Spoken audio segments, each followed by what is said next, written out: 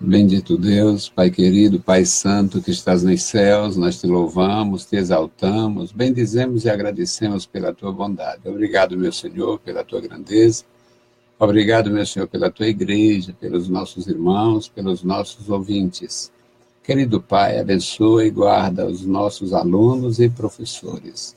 Querido Senhor, se conosco em tudo, fica conosco, Senhor. No santo nome de Jesus Cristo nós te pedimos e te agradecemos. Amém. Saudamos a todos com a paz de nosso Senhor Jesus Cristo.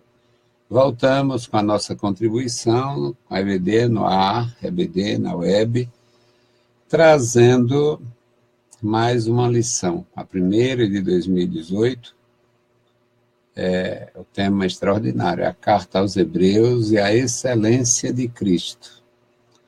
Nós somos cristãos por grandeza de entendimento. Nosso Deus nos fez entender a excelência de Cristo.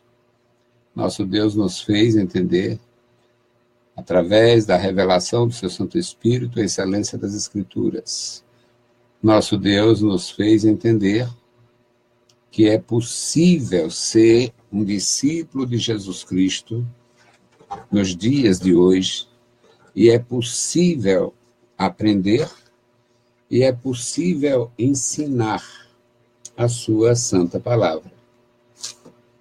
A Escola Bíblica Dominical é um instrumento de formação da Igreja do Senhor. Uma atividade questionada no começo e se firmou, e nós louvamos a Deus. Eu imagino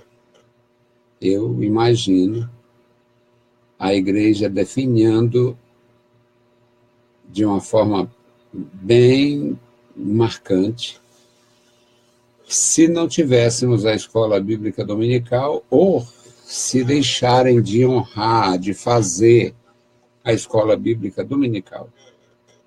Muitos têm negligenciado nisto, lideranças importantes da nossa história, da nossa denominação, têm negligenciado a escola bíblica dominical. Alguns pastores não prestigiam a escola bíblica como se fosse uma coisa pequena, e é um erro brutal deles. A escola bíblica dominical não é uma coisa pequena, é uma grande missão. É uma grande obra. Eu não colocaria para administrar a escola bíblica dominical pessoas notadamente incompetentes, porque elas não teriam força, não teriam apoio, não teriam motivação para fazer um trabalho melhor, mais sólido, não teria, portanto, não seriam atrativas para a comunidade, para a igreja como um todo. Seria muito ruim, na minha visão, é péssimo. Portanto, eu quero contribuir com a escola bíblica dominical, eu gosto, acho maravilhoso, me sinto bem aprendendo, me sinto bem ensinando, e me sinto bem encorajando os meus irmãos no que diz respeito à escola bíblica dominical. Nós vamos aprender juntos.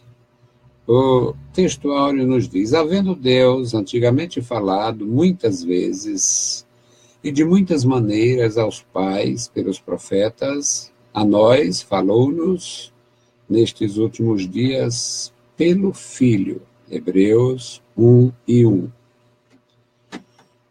O Filho de Deus é a expressa imagem do Pai e é quem tem toda a autoridade e prerrogativa para nos instruir, nos inspirar e nos responsabilizar na sua obra.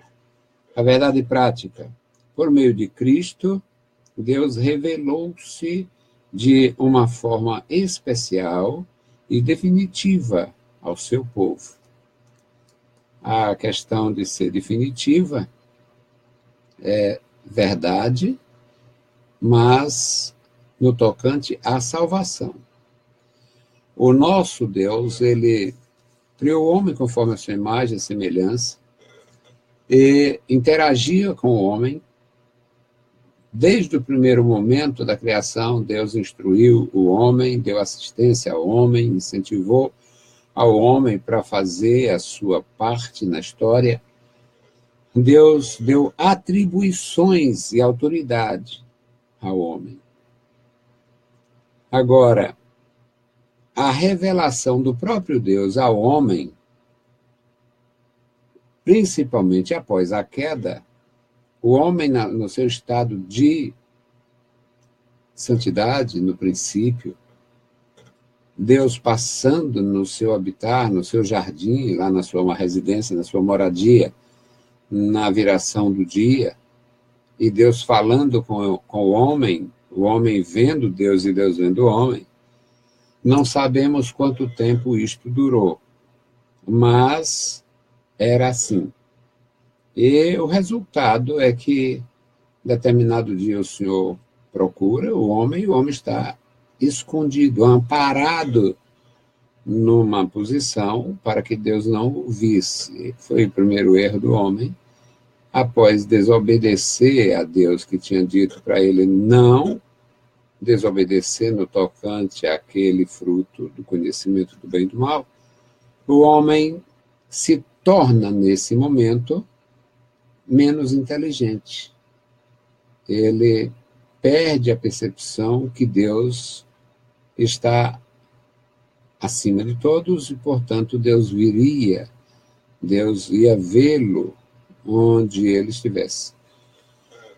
Então, aqui na verdade prática diz que Deus se revelou, ou revelou-se de uma forma especial e definitiva ao seu povo. Eu acho que, para a salvação, a revelação é definitiva, mas ainda tem muita coisa a ser revelada.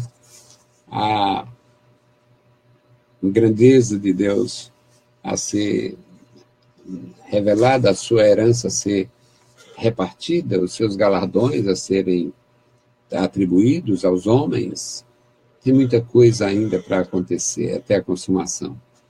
E, após a consumação da história humana, ainda temos mais coisas a acontecer, que é a glorificação do próprio homem. O ser humano, resgatado por Jesus Cristo, há de ser glorificado. E isto não está definido os termos, não está definido os níveis de glória do ser humano. Mas é bem interessante, porque o homem in natura, o homem na sua condição física, se ele já consegue desfrutar a paz, a comunhão com Deus, só abstendo-se de determinados males e buscando a presença de Deus de uma forma profunda, nós vemos a comunhão dos santos de Deus no Antigo Testamento, homens que tinham, o caso do Jacó. O Jacó casou-se com a sua amada Raquel, foi a segunda esposa. A primeira foi forçosa, foi forçado.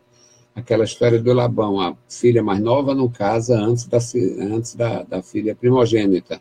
Então, o Labão iludiu Jacó e o Jacó sai dali com 4 esposas, 2 através do casamento com dotes pagos e 2 que foram dadas pelas esposas na condições de serva. E, mesmo assim, Deus não questionou isto, Deus não se opôs, Deus não falou contra isso. O Jacó teve filhos com todas 4, 2 filhos com a Raquel, 4 filhos com a Leia, e o nosso Senhor nunca reclamou, porque ele era, no caso aí, polígamo. 2 mulheres é bígamo, acima de 2 é poligamia. E Deus não falou nada contra isto, sobre isto. As convenções da época suportavam. Então, tem muita coisa que não foi revelado, tem muita coisa que... Agora, qual grau, qual o grau de glorificação do homem também não foi revelado. A leitura em classe, meus amados, eu faço porque gosto e sei que alguém não tem a literatura. Hebreus, capítulo 1, versículos de 1 a 14. Havendo Deus antigamente falado, muitas vezes e de muitas maneiras, aos pais pelos profetas, a nós falou-nos nestes últimos dias pelo Filho, a quem constituiu herdeiro de tudo e por quem também fez o mundo, o qual, sendo o resplendor da sua glória e a expressa imagem da sua pessoa, e sustentando todas as coisas pela palavra do seu poder, e, havendo feito por si mesmo a purificação dos nossos pecados, assentou-se à destra da majestade nas alturas. Feito tanto mais excelente do que os anjos, quanto herdou mais excelente nome do que eles. Porque a qual dos anjos disse jamais: Tu és meu filho, hoje te gerei, e outra vez: Eu lhe serei por pai, e ele me será por filho. E quando outra vez introduz no mundo o primogênito, diz: E todos os anjos de Deus o adoram. E quanto aos anjos, diz: O que de seus anjos faz ventos, e de seus ministros labaredas de fogo. Mas do Filho diz: Ó Deus, o teu trono subsiste pelos séculos dos séculos, cetro de equidade, cetro é o cetro do teu reino. Amaste a justiça e aborreceste a iniquidade, por isso, Deus, o teu Deus, te ungiu com óleo de alegria mais do que a teus companheiros. E tu, Senhor, no princípio fundaste a terra e os céus, são obras de tuas mãos. Eles perecerão, mas tu permanecerás. E todos eles como roupa envelhecerão, e como um manto os enrolará, e como uma veste se mudarão, mas tu és o mesmo e os teus anos não se acabarão. E a qual dos anjos disse jamais: Assenta-te à minha direita, até que ponha os teus inimigos por escabelo dos teus pés? Não são, porventura, todos eles espíritos ministradores enviados para servir a favor daqueles que hão de herdar a salvação? Louvado seja o nosso Deus. Uma qualificação de Jesus acima de todos os anjos, acima de todos os homens, acima de todos os seres, igualando-se ao Pai, quando, no versículo 8 desta leitura, diz: Mas do Filho diz: Ó Deus, o teu trono subsiste pelos séculos dos séculos. É uma declaração da eternidade de Jesus Cristo, a eternidade do Filho de Deus. Ele era o Verbo, ele entra na história como o homem, Jesus. Ele é o ungido de Deus, o Cristo, o enviado, o Messias, é o ungido, e a sua unção é superior à unção dos seus companheiros. Ele é superior a todos os anjos, ele é superior a todos os reis, ele é superior a todos os sacerdotes, ele é superior a todos os profetas. Portanto, nossa lição, o tema, é absolutamente importante: a excelência de Cristo. Eu colocaria só a excelência de Cristo. A carta aos Hebreus, ela revela a grandeza de Cristo. O Cristo eterno, o Cristo humano, o Cristo sacrifício e o Cristo sacerdote. É algo muito profundo e agradável para nós. A introdução diz assim: nesta lição introdutória do nosso estudo da carta aos Hebreus, queremos iniciar dizendo que, assim como todos os escritos da Bíblia, esta carta é um documento especial. Em nenhum outro documento do Novo Testamento encontramos um apelo exortativo tão forte? Isso possui uma razão de ser. Os crentes hebreus davam sinais de enfraquecimento espiritual e até mesmo o risco de abandonarem a fé. Era, portanto, urgente admoestá-los a perseverarem. Jesus, a quem o autor mostra ser maior do que os profetas, maior do que todas as hostes angelicais, maior do que Arão, Moisés, Josué e até mesmo os céus, é nosso grande ajudador nessa jornada. Nós aprendemos a respeito de Jesus de uma forma profunda nesta epístola. É uma epístola anônima. Eu já tenho repetidas vezes confessado a minha opção. Eu acredito que é do apóstolo Paulo. Ela é muito profunda. Nenhum dos outros apóstolos. Nós sabemos que a palavra é revelada, a Bíblia foi escrita por revelação, mas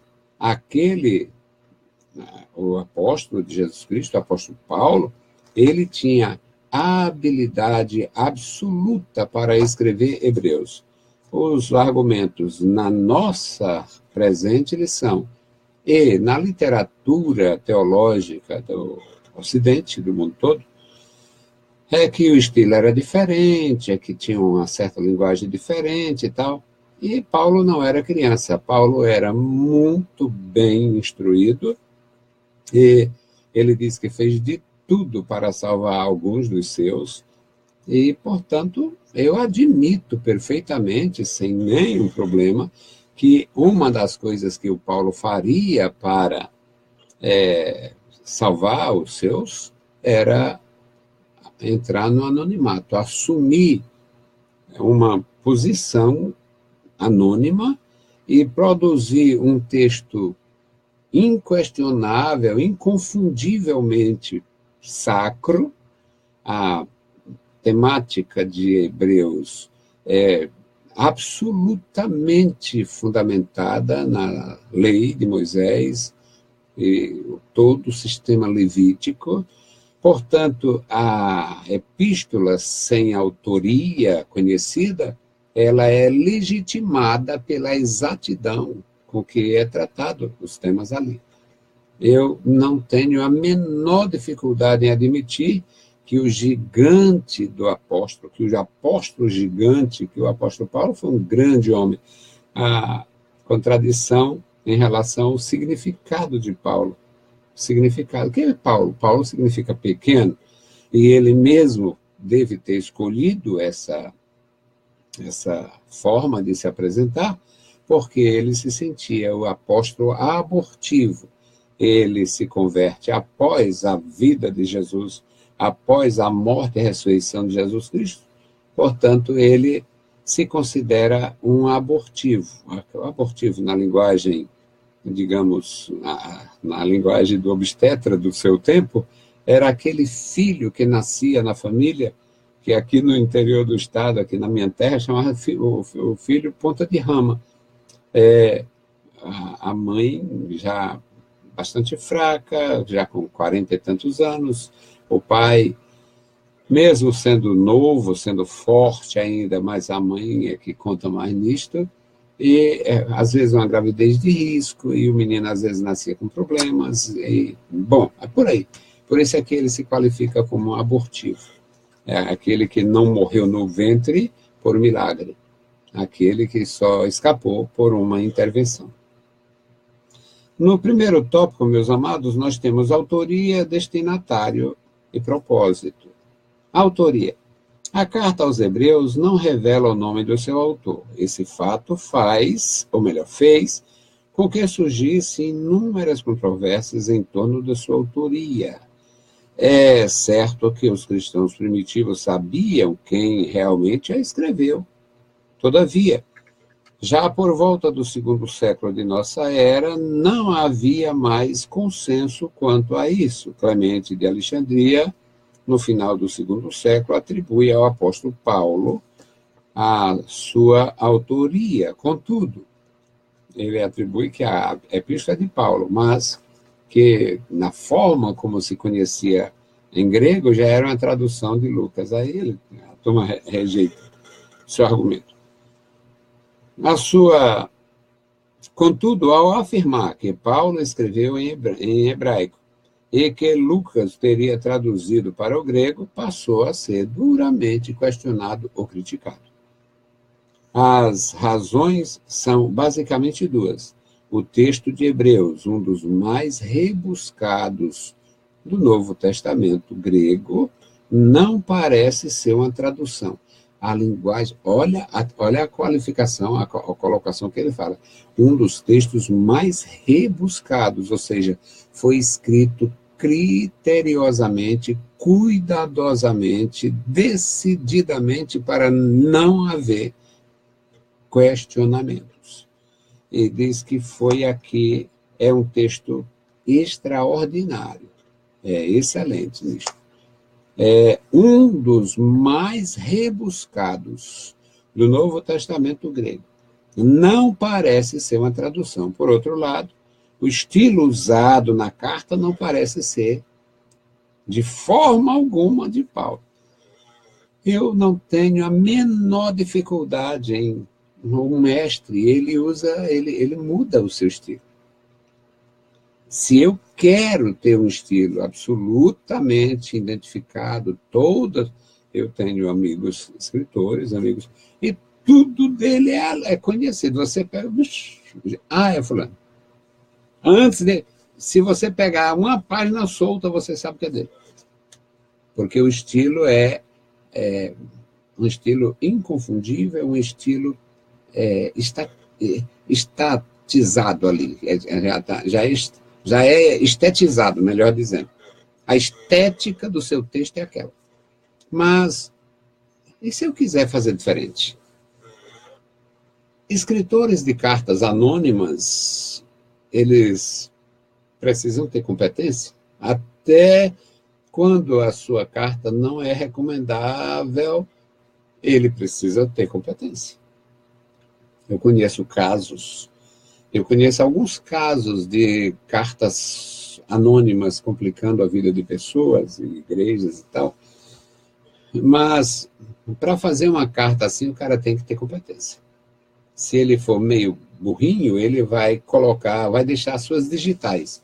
Não bota o nome, mas deixa lá sua impressão digital e é péssimo para quem quer esconder.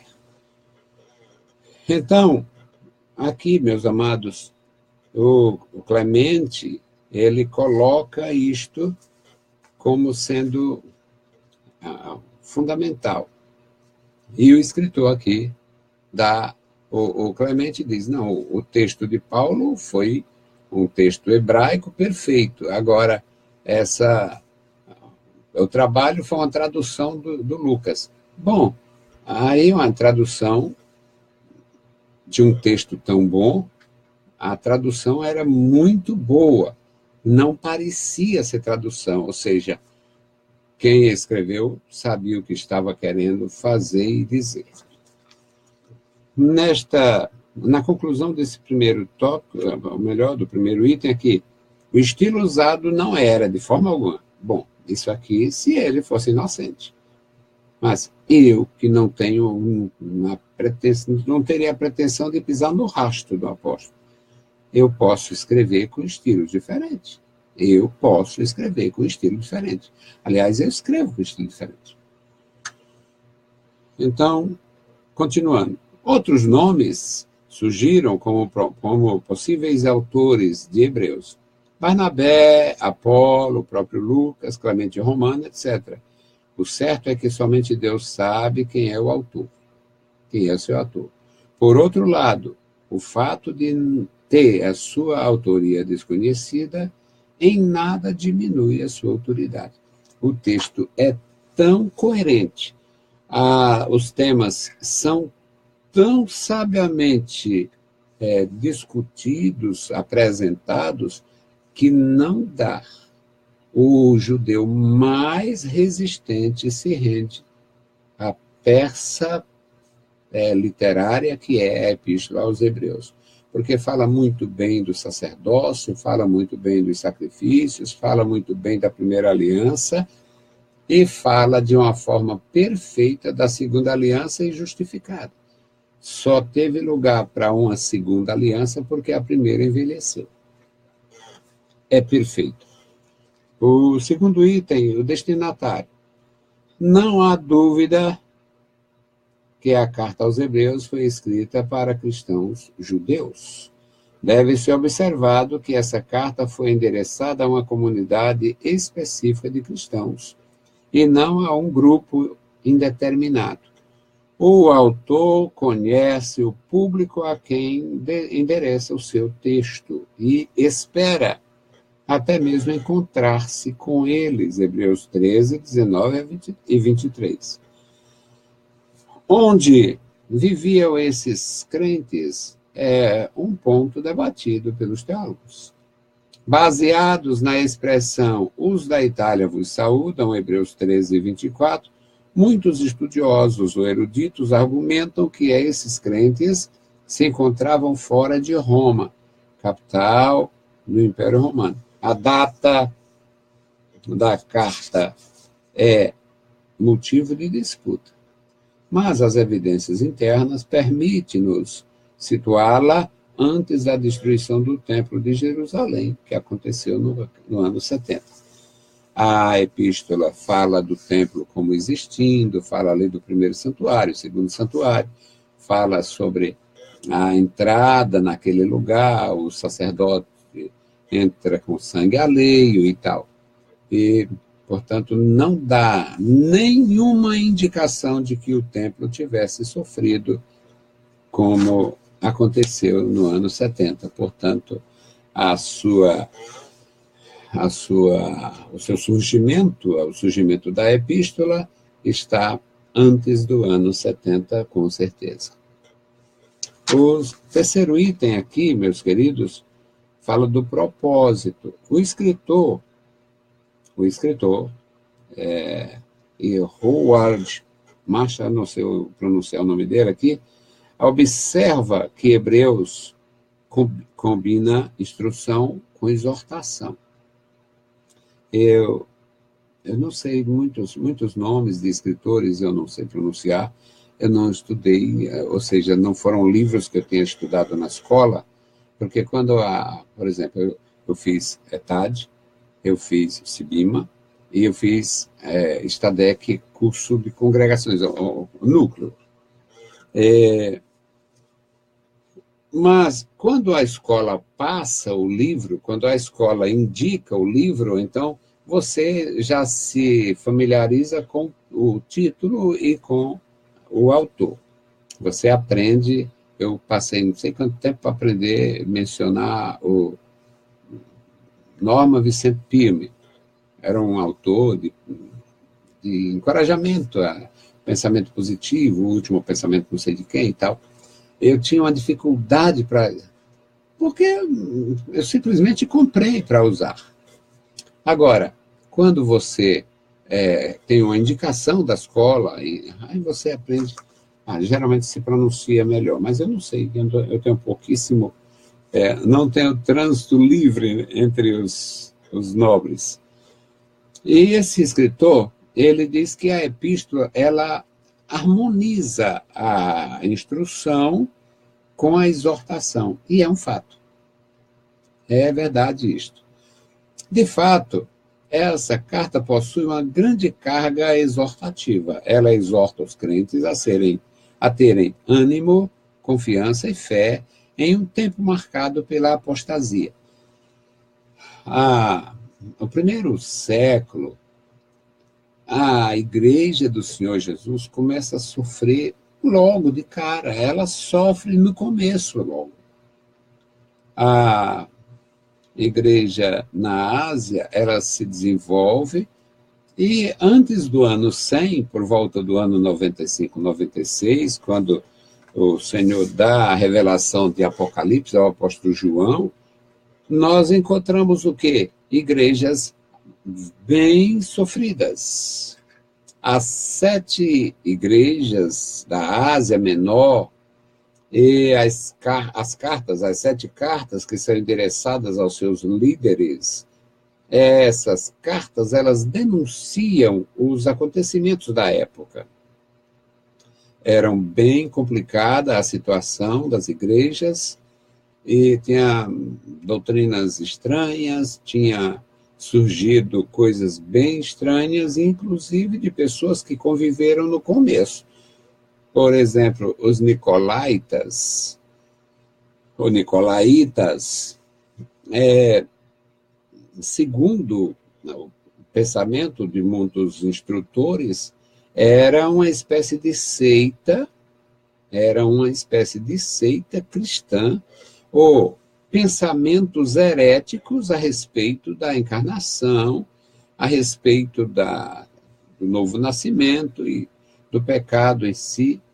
E, segundo a maioria desses pensadores, ali era uma espécie de apostasia de Nicolau, aquele que foi indicado juntamente com Estevão e os outros 5 para o diaconato, naquela dificuldade que foi solucionada com a indicação de 7 homens sensatos, sábios, cheios do Espírito Santo, para cuidar dos negócios da comunidade, enquanto os apóstolos iam continuar na oração e na pregação.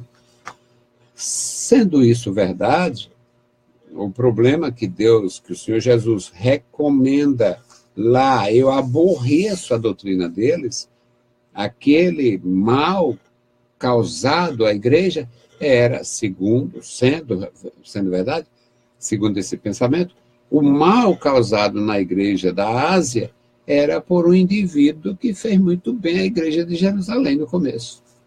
Não sabemos. Então, o propósito aqui, meus amados, era combater a apostasia e encorajar os crentes a perseverarem. Muitos pareciam estar desanimados com a oposição que a nova fé vinha sofrendo. Em razão disso, estavam voltando às antigas práticas judaicas. A carta, portanto, exorta esses crentes a suportarem as pressões e perseguições, lembrando-os que não haviam ainda derramado sangue pela sua fé. Hebreus 12, 4. Vocês não resistiram até o sangue, vocês não foram ainda provados dessa natureza. O escritor argumenta. Essas palavras continuam ecoando nesses dias, quando muitos crentes demonstram apatia, falta de fervor espiritual diante de um mundo hostil. Eu sou uma contradição viva. Uma vez um amigo meu me apresentou na igreja dele lá que eu era uma lenda viva. Aí alguém que estava comigo disse, pastor, o que foi que ele quis dizer? Ele chamou o senhor de lenda viva. Ele falou que eu era uma lêndia viva, porque eu sou pequeno demais. Mas eu sou uma contradição. Eu não tenho dificuldades com isso. Ele diz que os crentes estão demonstrando apatia, falta de fervor espiritual diante de um mundo hostil. Eu sou uma contradição. Eu não acho, o mundo não me contradiz tanto. Eu não tenho muitos problemas com o mundo. Eu tenho problema com crente carnal. Eu tenho problema com igrejas administradas por mercenários. Eu tenho problemas com arrogantes do meu ministério. Eu tenho problemas com convenções administradas, conduzidas por homens perversos, pecadores imundos, que fazem muito mal à igreja. Não sabe ou não entende ou não querem entender o que significa amar o próximo, fraternidade, respeitar os outros. Portanto, eu não tenho tantos problemas com o mundo. Meus problemas mais sólidos, mais sérios, é com a gente de igreja. Meus problemas, pelo contrário, eu acho que as pessoas lá fora me honram tanto que eu me sinto constrangido. Em muitas situações, eu quero dizer a todos, eu me sinto constrangido. As pessoas, olha, eu tenho passado por experiências tão extraordinárias que eu digo, eu não mereço. Só a misericórdia de Deus para fazer um sujeito sem nada, um bate-botas, o cara que anda a pé a vida inteira, mora numa favela particular, digamos, porque eu comprei o terreno, fui construindo aos poucos, tenho uma casinha. Mas eu desfruto de uma posição de honradez para as pessoas muito, muito além do que eu não mereço nada. Então, o mundo não me é assim tão hostil.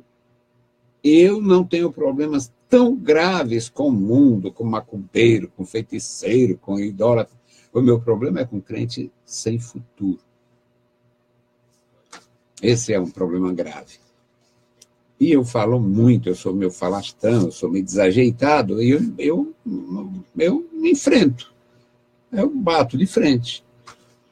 Não para defender princípios meus, ideias minhas, interesses meus, mas com base no que eu aprendi, não tem quem tire. É bem provável que uma cabeça desta não aprenda mais nada, mas também ninguém tira o que está aqui dentro. Ninguém tira. É possível ninguém colocar nada mais, mas o que está dentro ninguém tira. Eu não deixo, eu não permito. Não, ninguém vai tirar isso de mim. Em sã consciência, em sã juízo, não. Jamais. Então, meus irmãos, é muito bom a gente aprender, a gente ensinar, a gente participar. E eu chego a esse ponto de dizer isso. O mundo lá fora não me é tão hostil. O que me é hostil são os inimigos de dentro. Nós temos o segundo tópico, meus amados. Segundo tópico, Cristo, a palavra superior à dos profetas.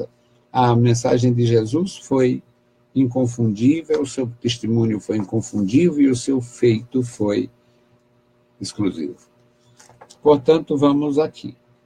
Primeiro item, a revelação profética e a antiga aliança.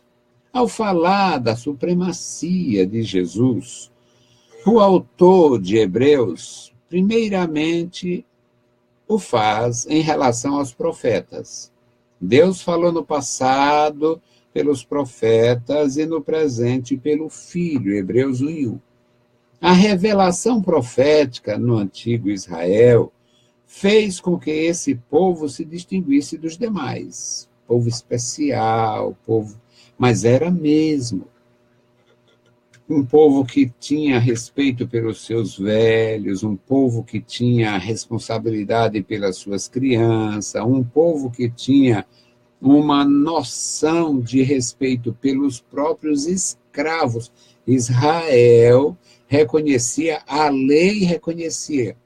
A lei de Moisés, ela regula, não criou a escravidão, mas existia a escravidão e a lei regula para que o escravo não seja maltratado, para que o escravo possa ser alforriado. A lei de Moisés é perfeita. Para o seu tempo, era a maior revelação de crescimento e desenvolvimento de uma nação, de um povo. Agora, o que vem depois ainda é superior.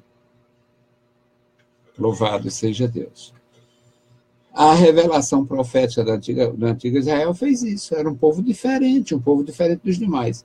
O autor mostra um Deus que se revela, que se comunica com os seus. Ele fala de uma forma direta ao seu povo. Não é um Deus mudo. Os advérbios gregos polimeros, muitas vezes, e politropos, muitas maneiras, que modificam o verbo falar, mostram a intensidade dessa comunicação. Deus, em nenhum momento da história, deixou o seu povo sem orientação. Em nenhum momento da história. Ele fala e fala sempre o que é necessário. Deus fala de uma forma profunda. Deus usou homens e mulheres, Deus usou... Quando as nações ignoravam e até proibiam as mulheres de terem ação, atividade, Israel tinha mulheres no juizado. A Débora foi uma juíza. A Miriam foi uma poetisa, uma profetisa. Lá na formação, na saída do Egito, a Raabe tinha uma mulher da vida, uma mulher sem marido, e ela teve autonomia respeitada para fazer aliança com os homens hebreus. Em nome de Deus, tomando o Senhor por testemunha. Era uma nação diferente. A antiga aliança, mesmo sendo passível de substituição pela nova aliança, deixava Israel numa posição absolutamente confortável em relação aos povos pagãos. Aqui fala dessa intensidade, fala desta grandeza de Deus. No item 2, a revelação profética e a nova aliança. Aos cristãos da nova aliança, Deus falou por intermédio de seu Filho, Hebreus 1:1. João Batista apresentou Jesus e diz: eis o Cordeiro de Deus, é este que tira o pecado do mundo. E Jesus diz: eu vim para você me batizar. Ele disse: não vou fazer isso, mas não faço mesmo. Eu é que precisaria ser batizado, eu é que devo, eu careço ser batizado por ti, e não o contrário. Mas Jesus disse: nos convém. Por que Jesus diz nos convém? Jesus se identificou com os homens, se identificou com os profetas. A profecia previa que o João era o arauto do rei, o arauto do Altíssimo. Quando o anjo anunciou a Zacarias, disse exatamente isto. E, meus amados, Jesus foi batizado pelo João. E quando saíram da água, o céu se abriu, e foi a única vez que João viu aquele fenômeno, aquele milagre, aquela comunicação de Deus. Era um sinal para ele, era uma senha celestial. O Senhor havia lhe ordenado batizar e disse: você vai estar batizando, e certo dia você vai batizar um homem e vai ver o Espírito posar sobre ele. E este é o que batiza com o Espírito Santo e com fogo. É este o Messias, é este o Filho de Deus.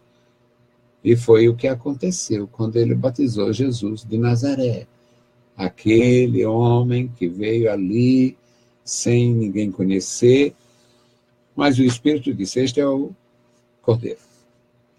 Então, era absolutamente natural e necessário que Jesus fosse comparado aos profetas para ter reconhecido a sua superioridade.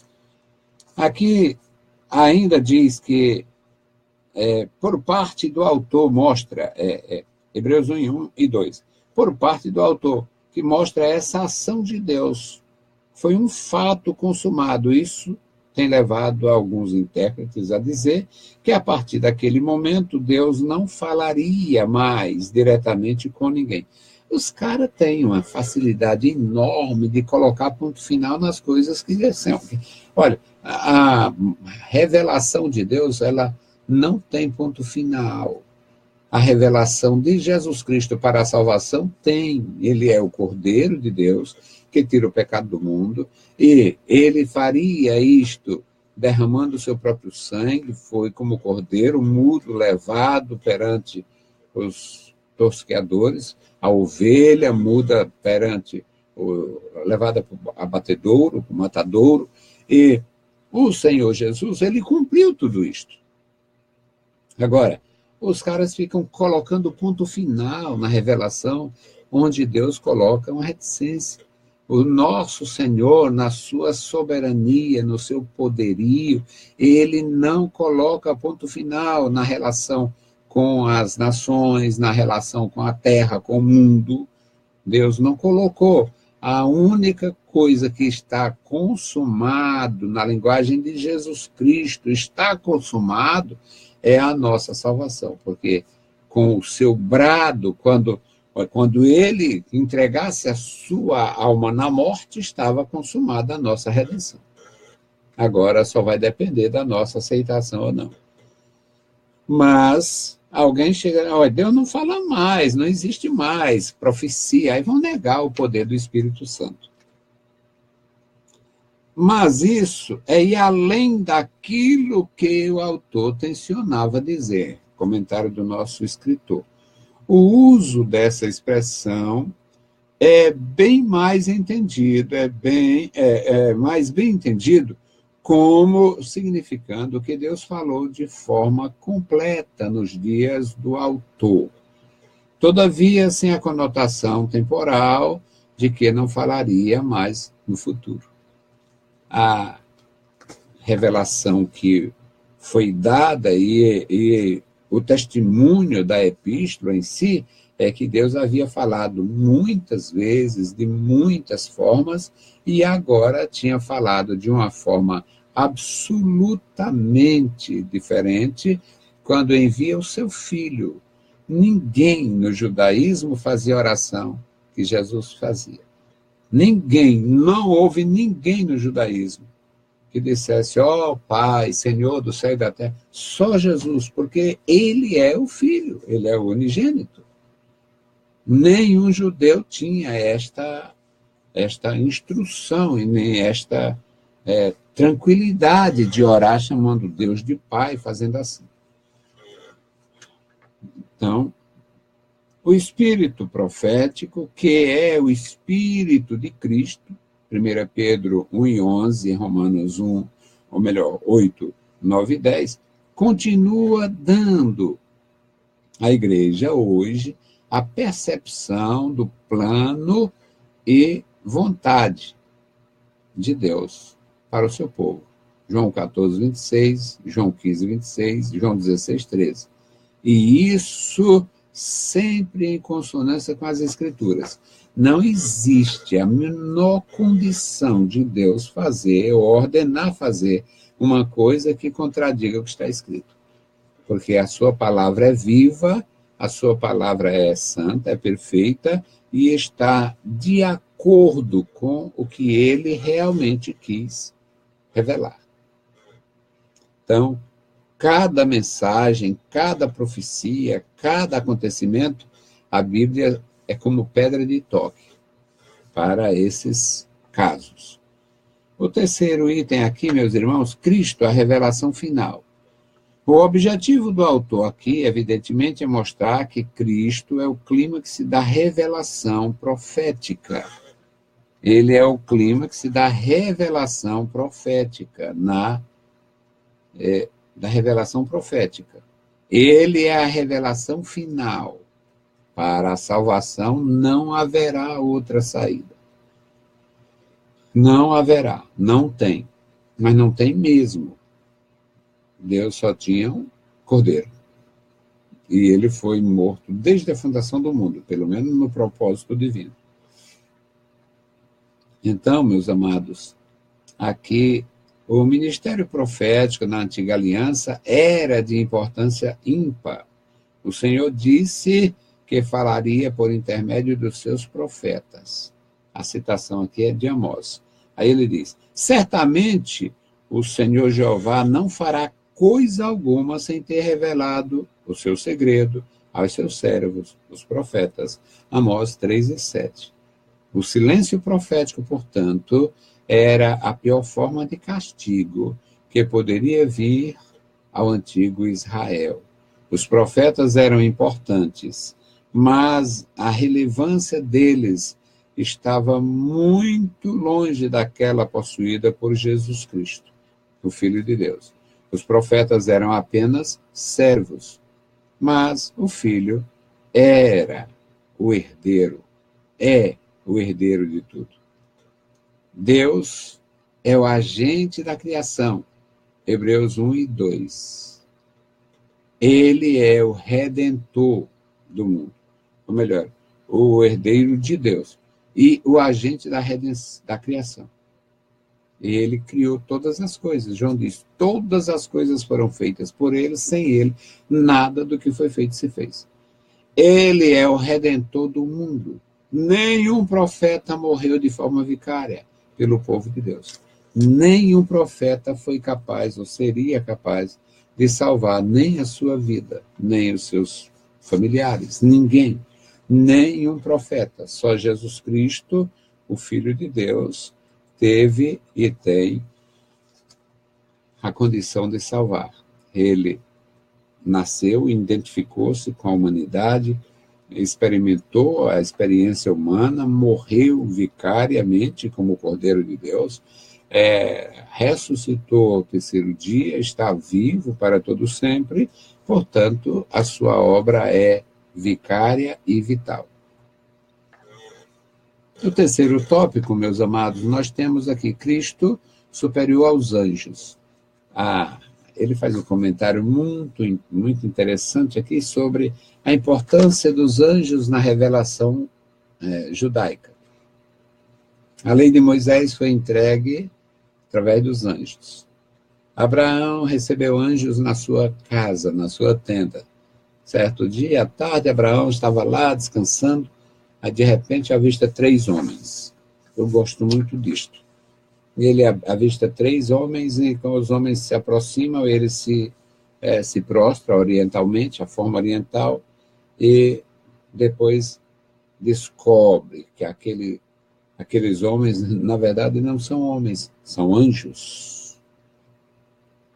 Os anjos têm uma relação com Israel. Sempre tiveram. Israel sempre teve uma instrução celestial. Jacó, ainda sem filhos, ainda no começo da sua vida, ele tem a revelação de Deus, ele luta com um anjo, luta com Deus. E, portanto, há muito significado da aparição de um anjo na cultura judaica. Os anjos apareceram a mulheres, anjos apareceram aos profetas, anjos apareceram a pessoas comuns, os anjos apareciam numa espécie de teofania, o anjo do Senhor, como apresentou-se a Josué, e aqui o escritor vai falar sobre isto. O Cristo superior em natureza e essência. Cristo é superior aos anjos. Em natureza, porque os anjos são criaturas. E Jesus Cristo não é uma criatura. Aí vem os inimigos, os israelitas e outros endiabrados, dizer, mas está escrito aí mesmo, hoje te gerei. Sim, é introduzindo no mundo primogênito. É para nascer na família humana. Então, devemos ter sempre em mente que o autor de Hebreus tensionava mostrar a superioridade de Cristo em relação às demais ordens da criação. O seu foco aqui são os anjos. A cultura judaica via anjos, ou os anjos, como seres de uma ordem superior e mediadores da revelação divina. Aí nós temos aqui as referências. Atos, capítulo 7, versículo 53, o autor, aqui é o Estevão que está fazendo uma espécie de resenha extraordinária do que aconteceu quando Deus deu a visão, quando Deus deu a lei, outorgou a lei para o seu povo. O Estevão, ele descreve isto de uma forma profunda, de uma forma extremamente importante para os nossos, para a nossa compreensão. Esta menção que ele diz que homens, ele estava criticando, ele faz críticas ali, ele chama aqueles homens de dura cerviz, Atos capítulo 7, no 51, ele diz que aqueles homens eles são cabeça dura, eles não têm sensibilidade para com o Espírito Santo. No versículo 52, ele diz: a qual dos profetas não perseguiram vossos pais? Ele é um filho da nação, ele é um judeu legítimo, mas acontece que ele tem uma crítica às gerações anteriores. Até mataram os que anteriormente anunciavam a vinda do justo, do qual vós agora fostes traidores e homicidas. Isso é Estevão dizendo direto com eles lá em Atos, no capítulo 7, 52. E o 53, ele diz: vós que recebestes a lei por ordenação dos anjos, não guardaste. Ou seja, o Estevão dizia: vocês não têm problemas, vocês são o problema. Deus deu a lei através dos anjos. Vós que recebestes a lei por ordenação dos anjos, não guardaste. Se tornaram idólatras, se tornaram indiferentes e tal. É muito sério a denúncia que Estevão faz em relação a eles, porque eles haviam rejeitado de fato a palavra. O mesmo cercado de força e poder, os anjos eram inferiores ao Filho de Deus. Hebreus 1:4. Jesus é o reflexo da glória de Deus e possuidor da mesma essência divina, Hebreus 1:3. O autor usa dois vocábulos gregos que deixam isso bem definido: apalgasma e charate, ou characte, que significam, respectivamente, radiância e reflexo, traduzidos aqui como resplendor e caráter, resplendor e expressão. Portanto, aqui, com o sentido de expressão exata do seu ser. Jesus Cristo, ele representa a expressão exata do Pai. Eu comentava, ministrando para os professores, o pedido do Filipe. Jesus tinha deixado claro em João 14 que estava indo, que ia para o Pai, se ele não fosse o Espírito Santo não viria. E tal. Aí o Filipe diz: Senhor, então mostra-nos o Pai, isso será o suficiente, será bastante para nós, já que ficaríamos sem a sua presença física. Aí Jesus pergunta: eu estou há tanto tempo com vocês e não me conhecem? Vocês não me viram? Não me viram? Quem vê a mim vê o Pai. Então, a identificação do Filho de Deus com o próprio Deus é fato consumado aqui nas Escrituras. É consumado aqui nas Escrituras, de uma forma profunda. Então, aqui, meus amados, ele diz na conclusão, conclusão desse item primeiro, do terceiro tópico, ele diz: embora sendo pessoas diferentes, tanto o Filho como o Pai possuem a mesma essência. Cristo é o Deus revelado. A grandeza da revelação de Deus em Jesus Cristo, na verdade, não tem comparação. Porque, usando a expressão ou a linguagem de Hebreus, diz: a qual dos anjos ele disse jamais: tu és meu filho, hoje te gerei. Mas aqui, nessa leitura em classe, o escritor aos Hebreus diz: ao introduzir no mundo o primogênito. Portanto, era essa geração, a menção dessa geração, era para que Jesus fosse realmente identificado conosco e nascesse na família humana. É uma identificação de Cristo humano, do Cristo humanizado, do homem Jesus. O segundo e último item aqui, no terceiro tópico, é Cristo superior em majestade e deidade. Ele é superior em glória, além de ser divino. Os anjos não são seres divinos, são seres celestes. É diferente. É diferente ser celeste, um ser celeste, criado para o ambiente celestial, ou criado para exercer, para viver e permanecer no céu. Um ser celeste, um ser celestial. É diferente de Deus, que é o ser divino.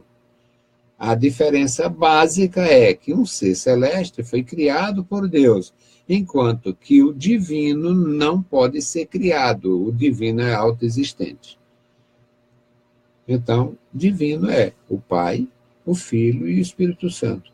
E por que que divino? O divino é, ou seja, o Deus perfeito, ele se manifesta em 3 pessoas. Uma questão dele próprio. Agora, como é que eu devo entender? Entendo por fé.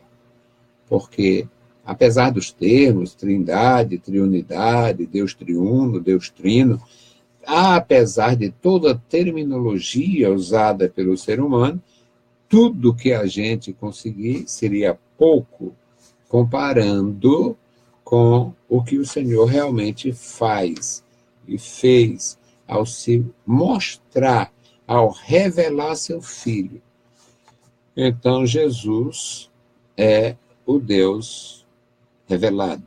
Cristo, o ungido, o enviado, o Messias, ele é o Deus revelado, o Deus humanizado, o Deus que foi tocado, apalpado, que teve convivência humana, que experimentou a experiência humana, que renunciou. Alguém fica de briga comigo, porque tem algumas pessoas... É muito difícil, a cristologia é muito difícil, eu sei disto e assumo. Cristologia é muito difícil, mas o Senhor Jesus Cristo não pode ser, jamais eu posso aceitar que Jesus nunca deixou de ser Deus. Por quê? Como é que ele estaria clamando, Deus meu, por que me desamparaste? Então ele reconheceria um segundo Deus? Não. Então, quando Jesus diz, Deus meu, por que me desamparaste? Ele está falando como um homem, como vítima, como cordeiro, como aquele que está morrendo no lugar dos outros. E não como Deus, ou seja, Deus, um dos atributos de Deus é a imortalidade. Jesus jamais morreria como Deus, ele morreu como homem. E aqui, para a nossa conclusão, nos diz que o autor, aqui, né, Cristo superior em majestade e deidade. O autor passa, então, a mostrar a supremacia de Cristo em relação aos anjos, por meio de vários fatos documentados nas Escrituras. A saber, os anjos são criaturas, o Filho é criador, o Filho é gerado e não criado. C.S. Lewis. Observa que, o C.S. Lewis aqui observa que o que Deus gera é Deus. O que Deus gera é Deus. Assim como o que o homem gera é homem. Ou seja, o homem não pode produzir o divino. E o divino não pode produzir um homem, gerar um homem. Portanto, a geração que foi colocado nesse aspecto era a introdução do primogênito no mundo. Não era Deus criando um filho. Não era Deus criando um filho. Ele estava introduzindo o seu eterno filho, o seu filho, ele estava introduzindo na família humana. Então, meus queridos, isso é muito importante para nós. O argumento aqui é filosófico, mas ele fez e não vou desprezar isto. O que Deus cria não é Deus. Da mesma forma, o que o homem faz não é homem. O homem cria coisas. O homem gera um filho conforme a sua semelhança. E Deus gerou um filho conforme a sua semelhança, nesse sentido, de introduzir o primogênito no mundo.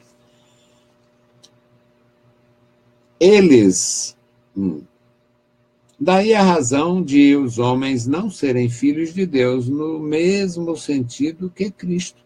Eles podem assemelhar-se a Deus em certos aspectos, mas não pertencem à mesma espécie. É muito claro. Deus é imortal, o homem morre. Deus é infalível, o homem falha. E por aí. O mesmo se pode dizer dos anjos. O mesmo se pode dizer dos anjos. Eles não possuem a mesma essência divina que o Filho. Não possuem. Eles são seres espirituais ou celestiais, enquanto que o Filho é o Deus bendito. Bendito eternamente. É por essa razão que o autor destaca que o Filho é chamado de Deus. Hebreus 1:8. Portanto, está aqui na nossa leitura em classe. Do Filho diz, ó Deus, o teu trono subsiste pelos séculos dos séculos. Cetro de equidade é o cetro do teu reino. Ele, além de ser eterno, ele é o Rei eterno. E diz,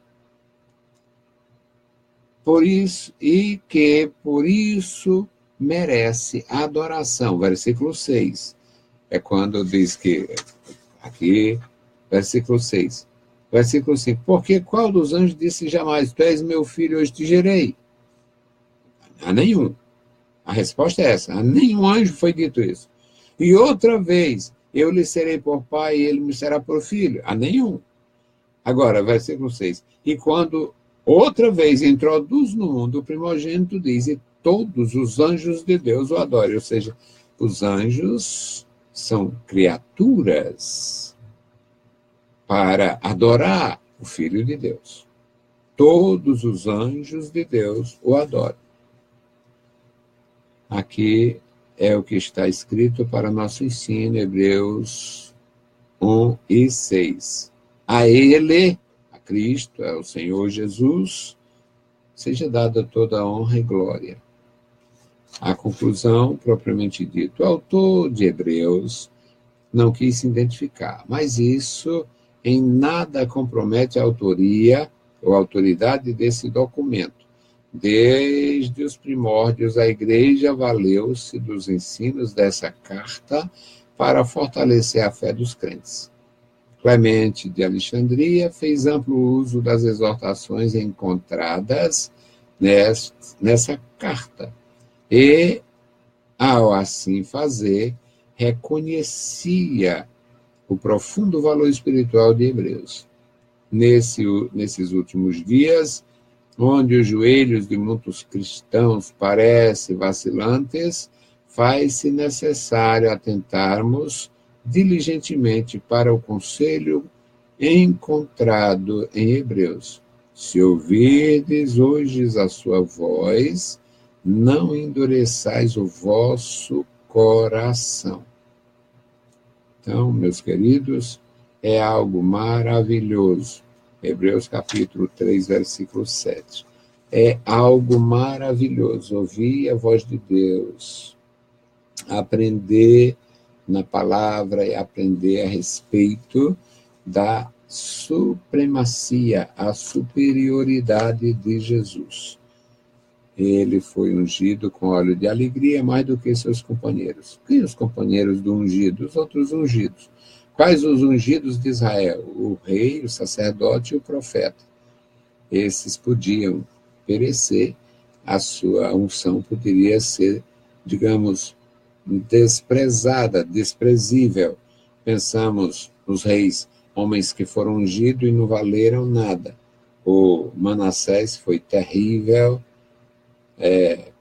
homem foi ungido, mas não respeitou. Acasias foi ungido, o Acais foi ungido, homens ungidos que não tinham respeito pela Assunção. Os filhos do sacerdote ali foram ungidos e eles eram adúlteros, eram desonestos, eram homens escandalosos.